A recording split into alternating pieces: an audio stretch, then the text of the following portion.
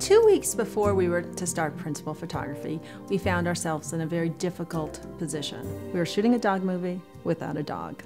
Shakey was based on a story of my life, a dog named Chaplin that we adopted in the early 1990s. Kevin's dream was always to have a rescue dog play the lead. And so we had a dog that was rescued and that we tried to train, but 2 weeks prior to shooting, we discovered there was just no way that this adorable mutt was going to work. So, while Kevin set off to audition and rehearse the talent of the two-legged kind, I set off to find us a four-legged star. My first stop was with Sid Yost.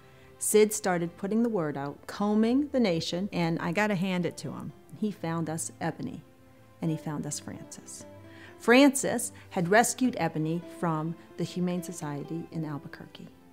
Ebony's audition tape was amazing. Unlike most of the other reels of dogs we had seen, this one was uncut. So it was just a solid piece of 3 minutes of her doing exactly what Frances wanted her to do.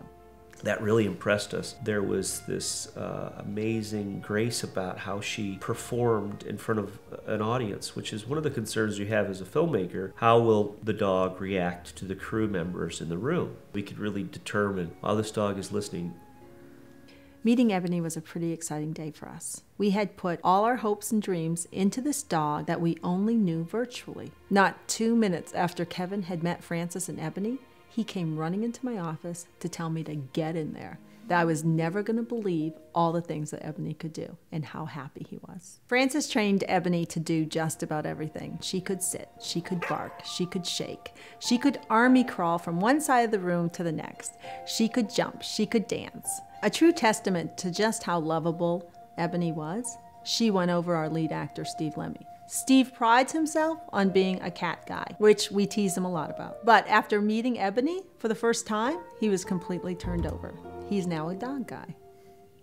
One of the fun bits in the movie is when Ebony actually walks in a box. One of the things that we didn't realize is that dogs don't really like to be in boxes. That really is a testament to how professional they were and how much they would go beyond the norms to get exactly what we needed. That's not fake legs. Those are her precious little legs walking. Ebony and Frances, they worked very hard for us. They worked in many cases longer than the human actors.